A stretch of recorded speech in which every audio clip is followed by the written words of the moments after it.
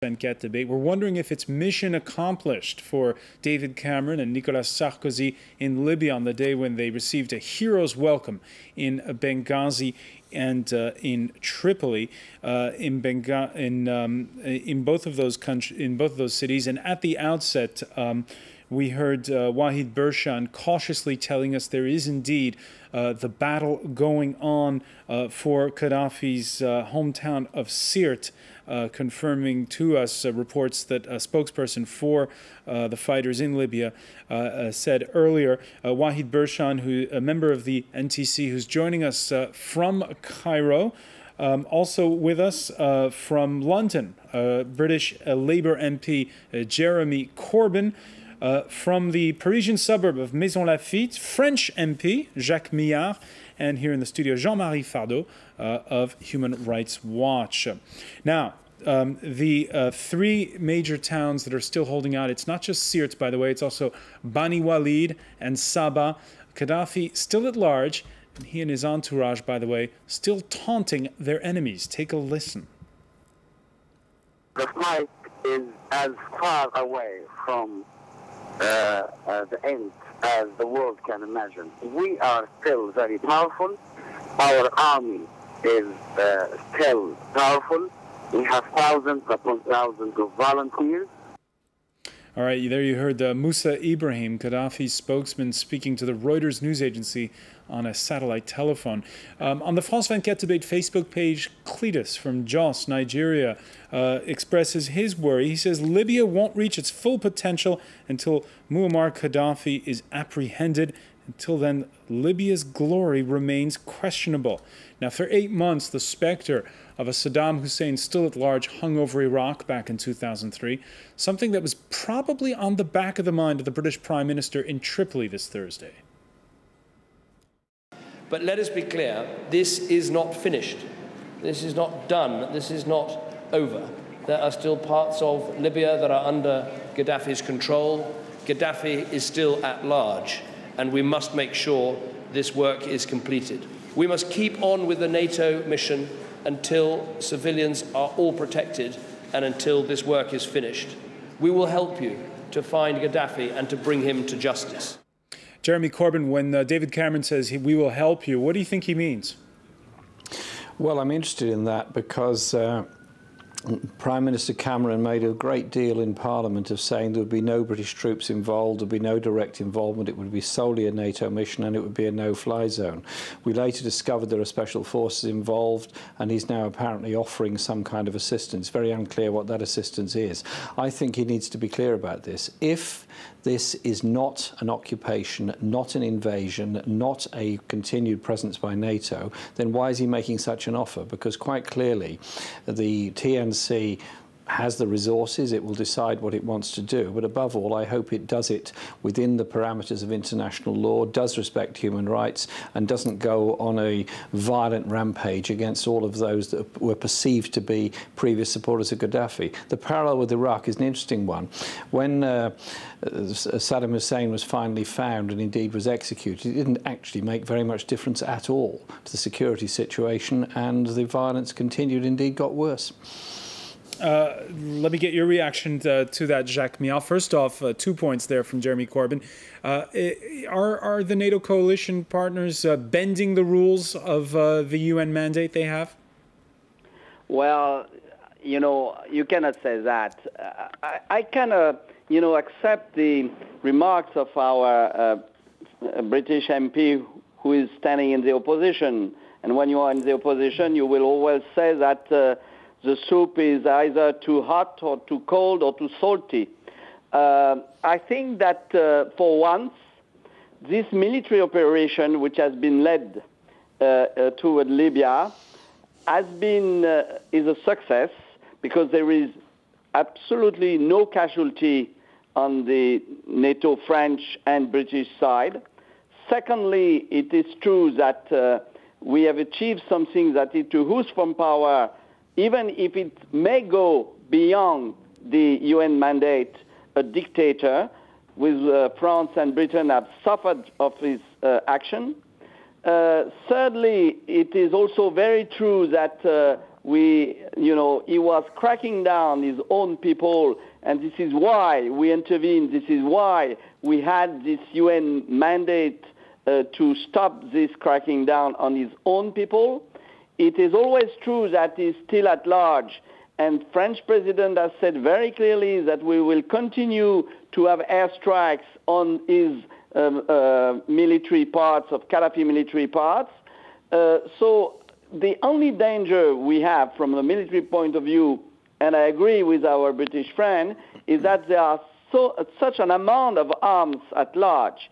And for all these kind of things, all these, weapons which are running through Libya, but also through the Sahel zone, in which ACME is very active, because we know French, we have 8 people who are taken as hostages in this region. So I think this is something we cannot ignore. Something to be worried about. Let me get the reaction here of Jean-Marie Fardeau to that. Just to tell to Mr. Miaz that maybe it's too early to say that NATO strikes or the rebel strategy did not had any collateral damage or casualties among the civil population. I don't say there isn't. I don't say there isn't. I agree with you that sometimes you said there was no collateral damages. I'm sorry, Mr. Mia, but you said that. You said there was no casualty with NATO strikes. No casualty inside the French and British forces.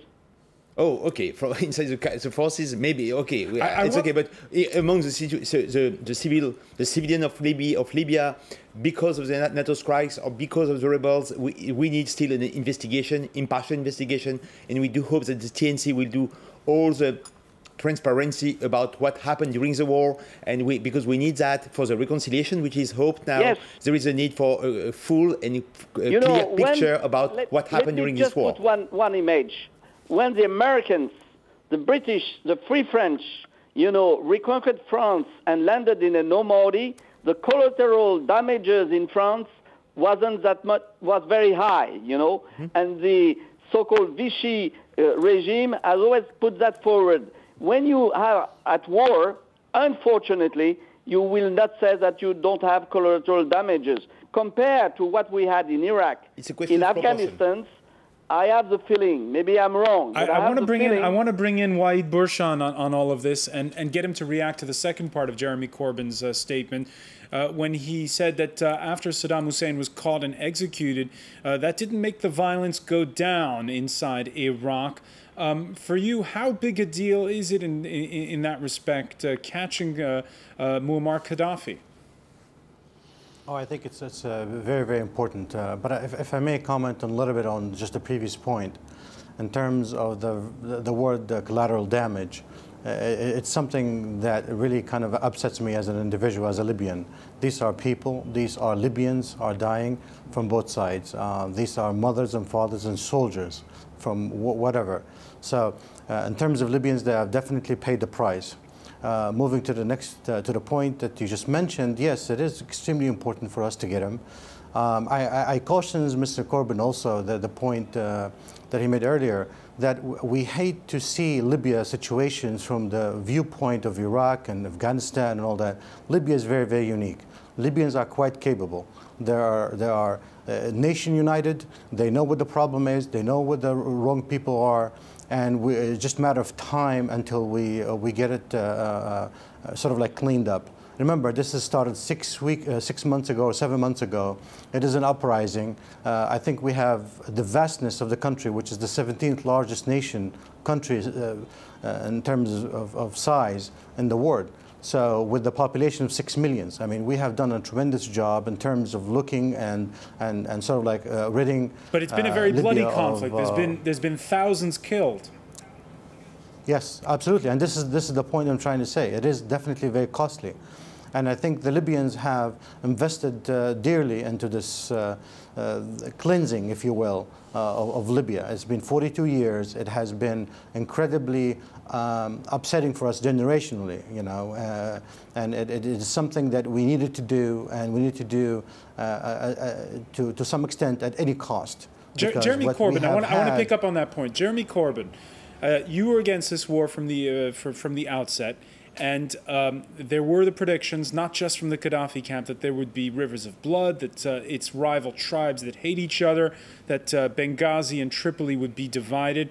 Do you think you've been caught a little bit wrong-footed by the fact that, well, today, Libyans don't live in a tent. Most of them live in cities and are pretty well off?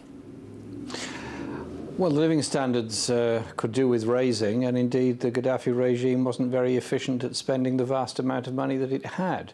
But I just ask a question, really. How do a lot of people in Libya think that 6 months ago Britain and France were actually supplying arms to the Gaddafi regime and indeed undertaking military training for them, and also providing a safe haven for large amounts of Gaddafi money? Now, I know 6 months is a very long time.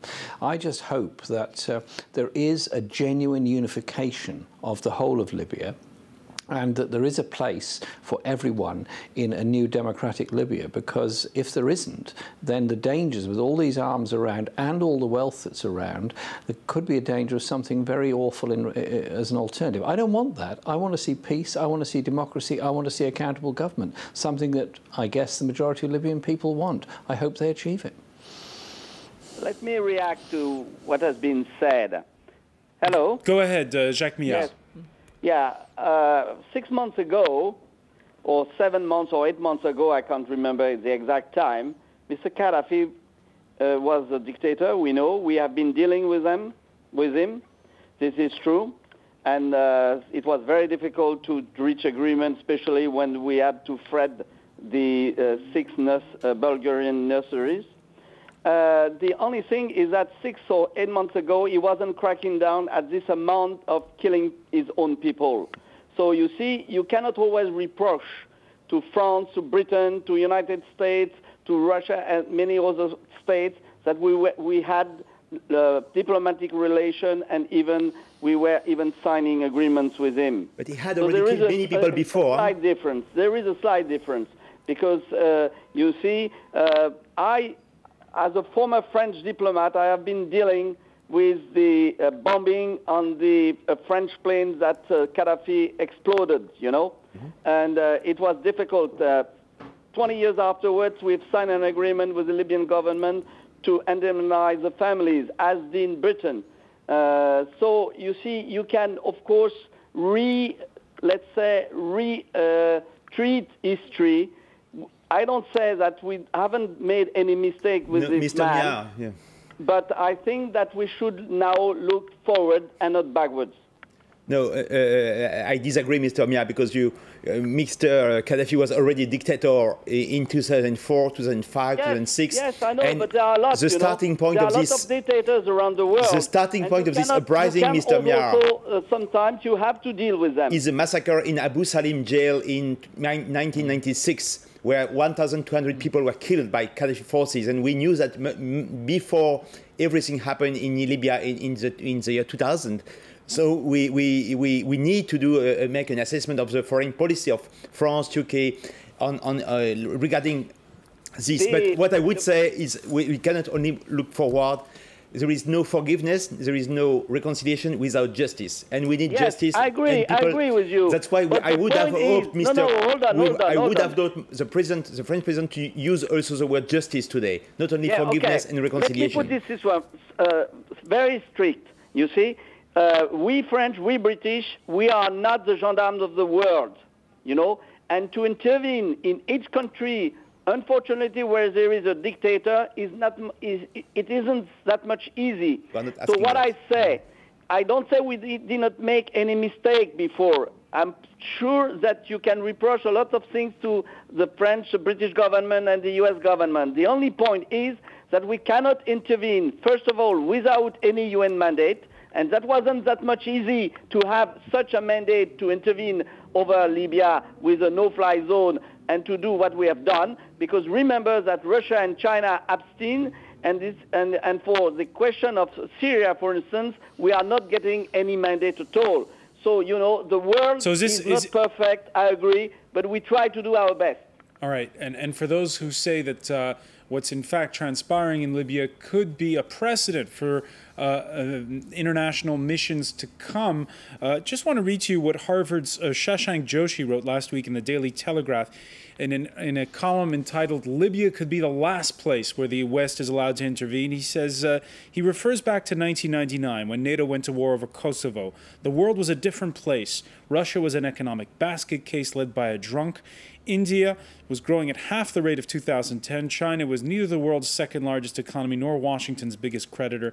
Today, all that has changed. Do you agree, Jacques Millard, that even though things have gone well for the coalition, that doesn't mean that they'll be able to intervene elsewhere?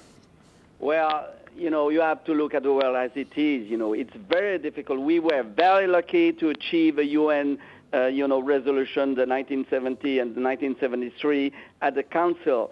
The world is unfortunately not united. Not all the countries in the world do,